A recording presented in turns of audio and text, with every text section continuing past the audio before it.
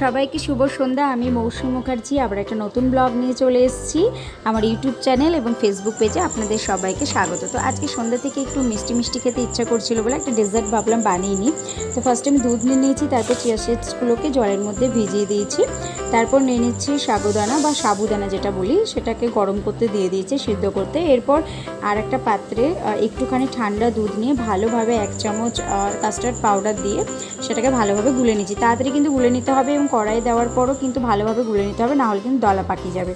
এরপর দুধের মধ্যে দিয়ে দিচ্ছি কাস্টার্ড পাউডার, চিনি আর এলাচের গুঁড়ো। ভালোভাবে রাবড়িটাকে বানিয়ে নিচ্ছি। ততক্ষণে আমার সাবুদানা রেডি, অলমোস্ট সিদ্ধ হয়ে গেছে।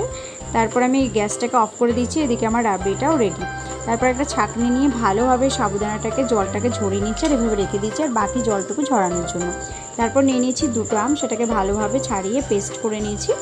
এরপরে একটা বাটির মধ্যে নিয়ে নিচ্ছি রাবড়িটা, তারপর দিয়ে দিচ্ছি যে সাবুদানাটা রাখা ছিল সেটা, তারপরে নিয়ে নিচ্ছি যেটা আমি পেস্ট করে রেখেছিলাম ম্যাঙ্গো সেটা, আর সবশেষে দিয়ে দিচ্ছি যে চিয়া সিডসটা ভিজিয়ে রেখে দিয়েছিলাম সেটাকে। ব্যাস, তারপরে সবগুলো ভালোভাবে মিক্স করে নিচ্ছি।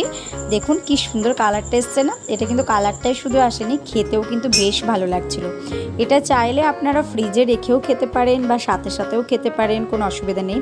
আর কেউ যদি আপনার বাড়িতে আত্মীয় স্বজন আসে এই সময় কিন্তু দিতে পারেন একটা ইউনিক টাইপের বেশ ডেজার্ট, বেশ ভালো লাগবে।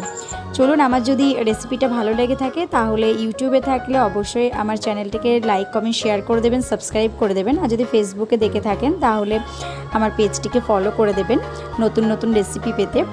আর আপনারা ভালো থাকুন, সুস্থ থাকুন। আর হ্যাঁ, এইভাবে কিন্তু অবশ্যই বানিয়ে খেয়ে আমাকে কমেন্টে জানাবেন যে কেমন লাগলো। এরপর নেক্সট ডেতে আরও একটা সুন্দর ম্যাঙ্গোর আরও একটা রেসিপি নিয়ে আসছি। ততক্ষণে চলুন, টাটা।